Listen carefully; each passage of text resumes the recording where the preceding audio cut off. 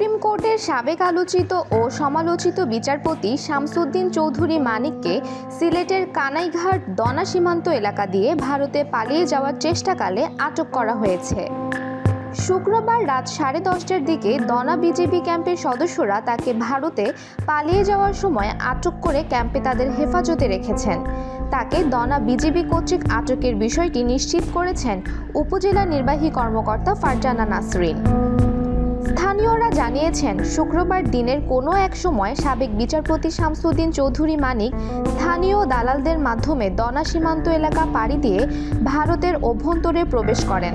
পরে সেখানে তাকে স্থানীয় কিছু লোকজন আটক করে জিজ্ঞাসাবাদ করলে তিনি তার নাম শামসুদ্দিন মানিক পরিচয় দিয়ে একটি ভিডিওতে বলতে শোনা গেছে, টাকা লাগলে তিনি দিবেন, তার ভাই বোন দিবেন, আমি এই দেশে এত কষ্ট করে এসেছি কি বাংলাদেশে ফেরত যাওয়ার জন্য, এ কথাও বলেন তিনি। স্থানীয় ইউপি সদস্য নাজিম উদ্দিন সহ এলাকার আরও অনেকে জানিয়েছেন, দনা পাতিছড়া গ্রামের রফিকুল হোসেনের ছেলে সাদ্দামের সহায়তায় অবৈধভাবে শুক্রবার বিকেলের দিকে ভারতে পালিয়ে যাওয়ার চেষ্টা করেছিলেন সাবেক বিচারপতি শামসুদ্দিন চৌধুরী মানিক। পরে তাকে দনা বিজিবির সদস্যরা আটক করে তাদের হেফাজতে নিয়ে যান। সাদ্দাম হোসেনের বসত বাড়িটি বাংলাদেশ ভারতের সীমান্ত ঘেঁষা। সে ভারতে অবৈধভাবে বিভিন্ন সময়ে অনুপ্রবেশ করে থাকে বলে জানা গেছে।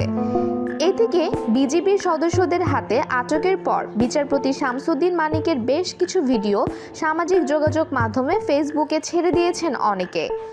ভিডিওতে সাবেক বিচারপতি শামসুদ্দিন মানিককে বিষণ্ণ অবস্থায় কলাপাতায় শুয়ে থাকা অবস্থার কথা বলতে দেখা গেছে। শেষ খবর পাওয়া পর্যন্ত দনা বিজিবি ক্যাম্পের হেফাজতে থাকা দেশের সমালোচিত সাবেক বিচারপতি শামসুদ্দিন মানিককে দেখতে শত শত মানুষ ক্যাম্পের পাশে ভিড় করছেন।